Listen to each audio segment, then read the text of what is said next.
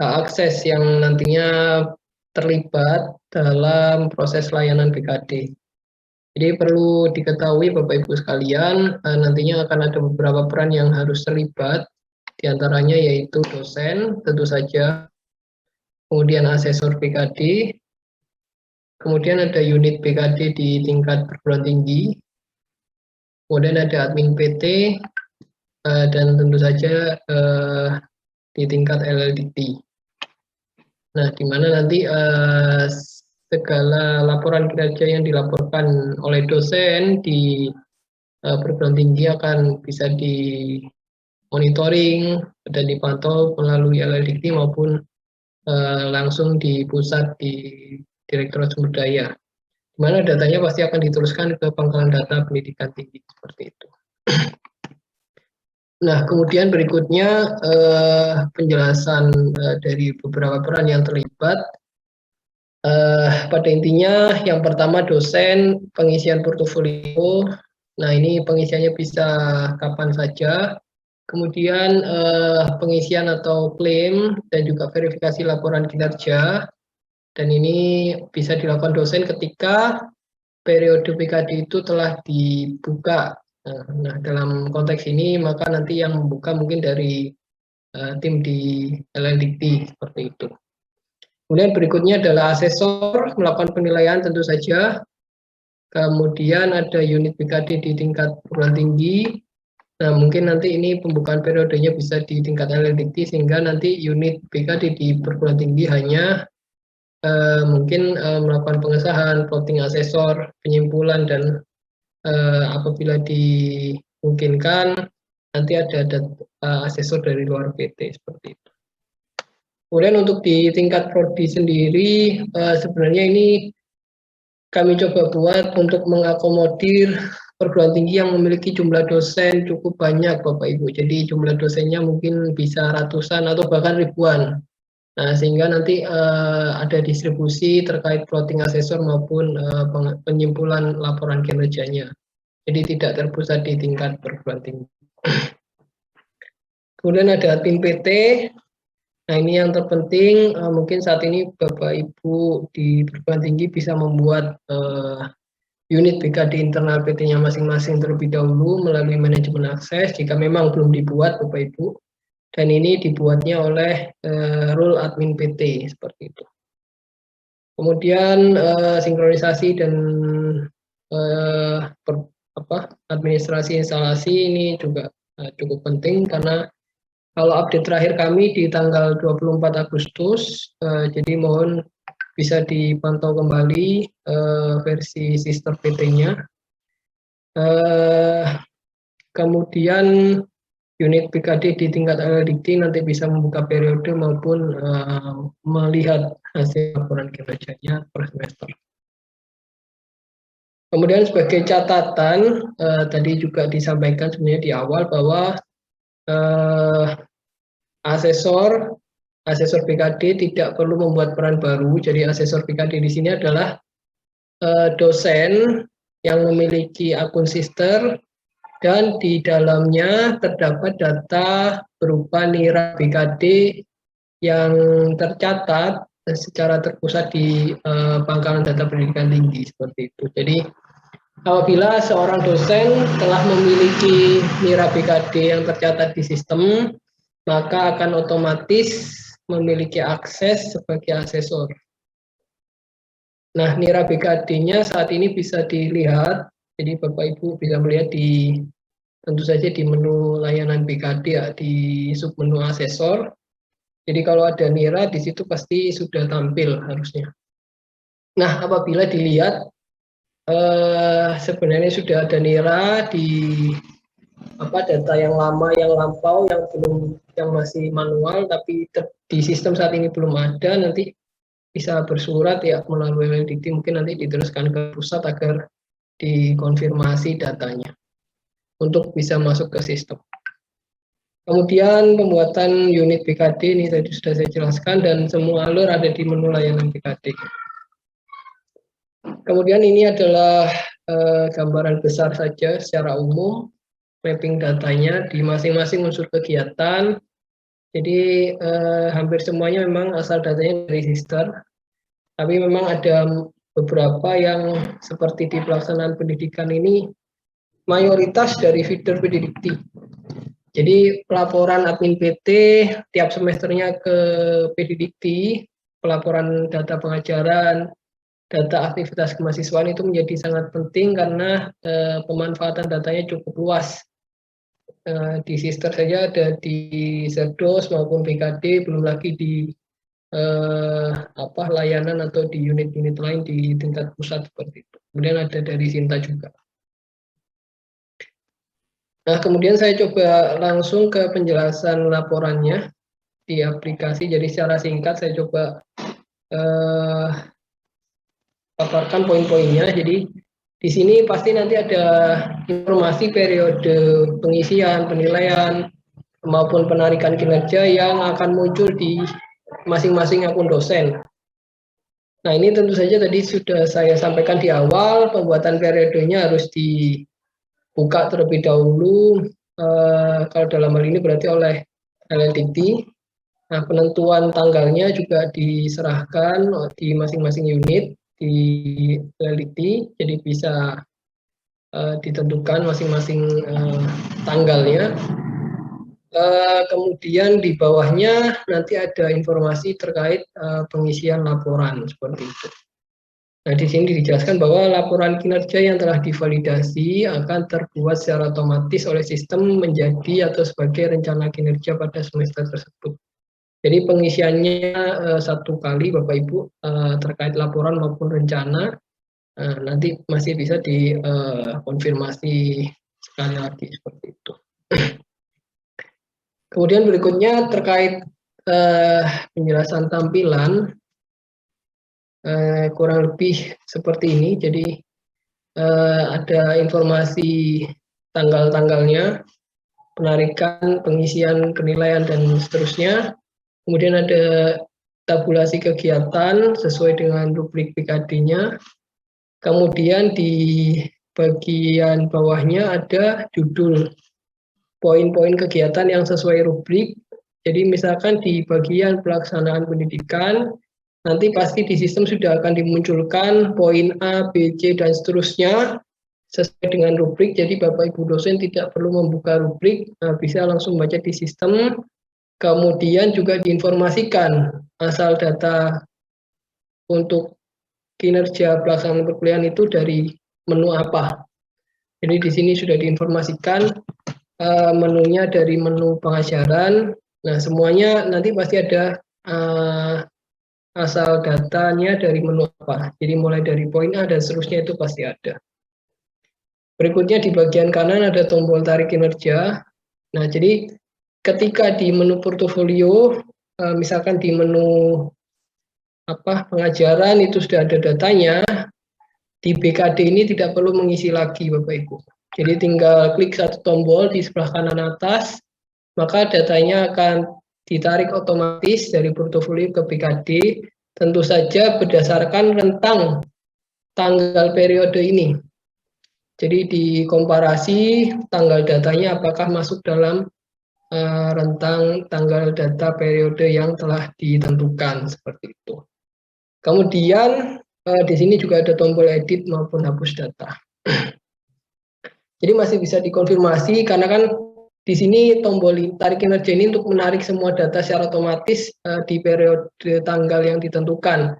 Nah, apabila didapati data yang memang bukan kegiatan dari dosen yang bersangkutan itu masih bisa dikonfirmasi untuk dihapus misalkan, karena memang dimungkinkan pelaporan dari admin PT misalkan itu ada sedikit kekeliruan seperti itu misalkan. Kemudian ini adalah halaman biodata. Secara singkat memang biodata ini juga sudah otomatis Bapak Ibu mengambil dari data pribadi atau data pokok yang tersimpan di PDDikti maupun di akun sisternya masing-masing. Jadi tidak perlu mengisi juga di sini, sudah otomatis. Kemudian saya coba lanjutkan saja ke salah satu halaman klaim kegiatan. Nah, jadi Tadi setelah melakukan tarik kinerja, maka sudah otomatis oleh sistem coba dihitung berdasarkan data yang sudah dilaporkan terkait dengan pertemuan real SKS mata kuliah maupun SKS PKD-nya. Nah, di sini nantinya Bapak Ibu dosen hanya cukup melengkapi bukti pendukung. Jadi bukti pendukungnya memang harus dilengkapi karena dari pelaporan PDDikti kan tidak ada dokumen pendukungnya sehingga nanti agar bisa diperiksa oleh asesor. Kemudian di sini juga ada kolom status. Nah, kolom status ini default memang dari sistem akan selesai karena memang setiap kegiatan yang diklaim kan memang harus berupa output atau outcome. Jadi sistem secara teknis akan memberikan status defaultnya adalah selesai. Kemudian di sini juga ada total SKS untuk kegiatan untuk poin kegiatan A. Berikutnya, nah ini catatan saja. Jadi apabila data pengajaran atau aktivitas kemahasiswaan itu tidak ditemukan, nah sebaiknya Bapak Ibu dosen membuat laporan terlebih dahulu ke perguruan tinggi. Nanti perguruan tinggi akan saling cross check dengan tim di pusat seperti itu. Jadi harapannya tidak satu persatu dosen, tapi coba diakomodir secara perguruan tinggi, secara institusi. Kemudian jenis aktivitas kemahasiswaan yang bisa diklaim, ini hanya beberapa, jadi cukup banyak sebenarnya opsinya di PDDikti ya. Jadi data-data ini harusnya nanti dilaporkan melalui PDDikti dan dosen hanya tinggal klaim datanya saja, jadi tidak perlu. Ini terkait bukti kinerja, saya lanjutkan. Kemudian ini adalah untuk unggah bukti pendukung, salah satu contohnya. Jadi setiap kegiatan pasti dilengkapi informasi apakah bukti pendukungnya sudah ada atau belum. Nah ini contoh apabila belum ada bukti pendukung maka dosen harus melengkapinya. Nanti pasti ada form unggahan isian terkait dokumen pendukungnya dan dokumen apa yang harus diupload. Nah ini harus dilihat ke rubrik Bapak Ibu karena di rubrik sudah diinformasikan bahwa misalkan kegiatan perkuliahan itu dokumen ABCD yang harus diunggah dan seterusnya. Nah, apabila sudah diunggah, nanti informasi indikator kelengkapan dokumennya pasti akan menyesuaikan di sistem seperti itu. Berikutnya adalah di bagian kewajiban khusus. Nah, ini saya coba skip ke bagian kewajiban khusus karena mulai dari pelaksanaan pendidikan sampai dengan penunjang proses atau alur secara teknisnya sama. Jadi di situ pasti nanti ada poin kegiatannya, ABC dan seterusnya. Kemudian ada menu asal data, kemudian ada tombol tarik kinerja, dan ada kelengkapan dokumen pendukung yang harus dilengkapi. Sedangkan di kewajiban khusus, nah ini akan ada informasi. Yang pertama adalah fungsional terakhir yang tercatat di sistem yang dimiliki oleh dosen yang bersangkutan. Jadi ini cukup penting untuk memutakhirkan data dosen masing-masing, datanya masing-masing, terutama jabatan fungsional. Jadi apabila data di sistem, di Sister maupun di PDDikti itu masih data yang lampau dan belum dimutakhirkan, kami harap segera bisa dimutakhirkan karena nanti akan berpengaruh. Jadi di sini apabila fungsional terakhir yang terdeteksi oleh sistem adalah asisten ahli, maka otomatis syarat kewajiban khusus yang ditampilkan atau diminta oleh sistem adalah syarat kewajiban khusus di jenjang jabatan asisten ahli. Nah, di sini apabila dosen memiliki jenjang jabatan yang sebenarnya adalah rektor kepala, ya maka silakan diperbarui data jabatan fungsionalnya. Kemudian yang kedua adalah terkait TMT Javungnya juga berpengaruh. Nah, TMT Javung di sini akan berpengaruh pada perhitungan per 3 tahun kewajiban khusus tersebut. Jadi jika TMT Javungnya juga tidak tepat, ya maka sistem akan otomatis menghitung dengan TMT yang tidak tepat tersebut, seperti itu. Jadi ini sudah di generate oleh sistem per 3 tahun, kewajiban khususnya secara berulang. Kemudian di sini ditampilkan syaratnya. Kalau asisten ahli berarti yang tampil adalah asisten ahli, lektor, maka lektor, dan seterusnya sampai profesor. Di bawahnya ada klaim yang sama seperti yang sebelumnya. Jadi dimungkinkan misalkan ada terkait publikasi ilmiah tadi sudah diklaim di pelaksanaan penelitian, nah itu masih bisa diklaim lagi di kewajiban khusus seperti itu. Tapi di kewajiban khusus ini, misalkan di sini syaratnya asisten ahli ada 2 yang harus dipenuhi. Nah, 2 hal ini bisa dipenuhi selama 3 tahun, Bapak Ibu. Nah, 3 tahunnya itu berdasarkan TMT Javung yang terakhir. Seperti itu. Nah, ini catatannya. Dan yang terakhir adalah di halaman kesimpulan. Di halaman kesimpulan sendiri, sistem juga akan memberikan rekapitulasi otomatis berdasarkan klaim kinerja yang telah dibuat, mulai dari pendidikan sampai penunjang. Nah, ini sudah diberikan syarat-syaratnya bahwa setiap unsur kegiatan tidak boleh kosong.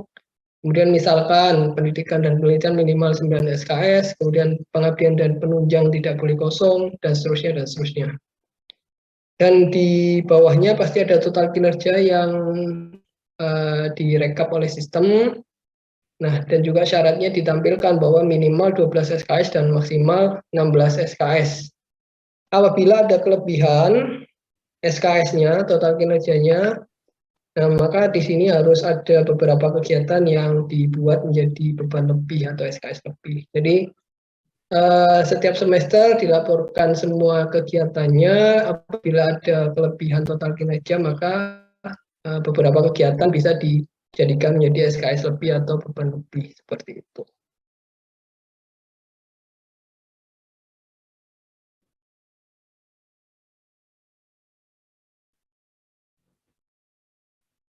Sudah, Mas Ito? Atau masih ada lanjutannya?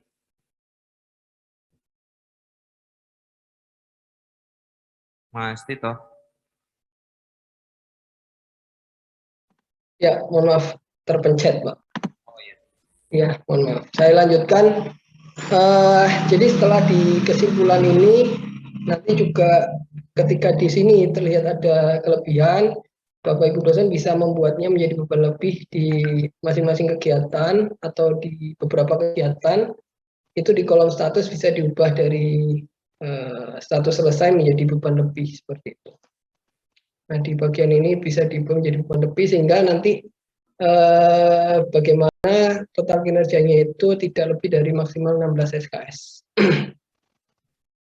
Kemudian di kewajiban khusus juga ada rekapitulasinya, dan ini sudah otomatis dari sistem akan dihitung per 3 tahun. Jadi Bapak Ibu hanya tinggal klaim saja, misalkan di semester pertama klaim terkait buku ajar, kemudian semester kedua ada klaim terkait karya ilmiah, semester 3 ada karya ilmiah lagi, itu sudah otomatis direkapitulasi. Dan terakhir apabila sudah selesai nanti bisa disimpan secara permanen untuk dilanjutkan ke penilaian asesor. Nah, seperti ini contohnya. Dan ketika sudah disimpan tadi, maka otomatis rencana kinerjanya sudah otomatis terbuat. Berikutnya adalah klaim kinerja untuk dosen yang tugas belajar. Jadi tadi adalah klaim kinerja untuk dosen yang tidak tugas belajar. Untuk yang tugas belajar, maka dosen harus melengkapi terlebih dahulu data tugas belajarnya. Nah, kelengkapannya kurang lebih seperti yang ada di layar. Nanti bisa dilihat sendiri di akun sisternya masing-masing. Apabila ada dosen yang tugas belajar, kelengkapannya harus dipenuhi terlebih dahulu. Kemudian selanjutnya melengkapi laporan studi tiap semesternya. Di laporan studinya dilengkapi beserta dokumen pendukung. tiap semester, maka akan otomatis dosen yang tugas belajar tersebut akan mendapatkan SKS 12. Nah, tapi ini nanti akan diperiksa lagi tentu saja oleh asesor apakah kelengkapan dokumennya sudah sesuai dengan laporan studinya. Nah, jika sudah seperti ini bisa langsung disimpan. Nah, itu terkait dengan laporan kinerja. Mungkin saya akan coba lanjut ke penilaian ya, penilaian oleh asesor.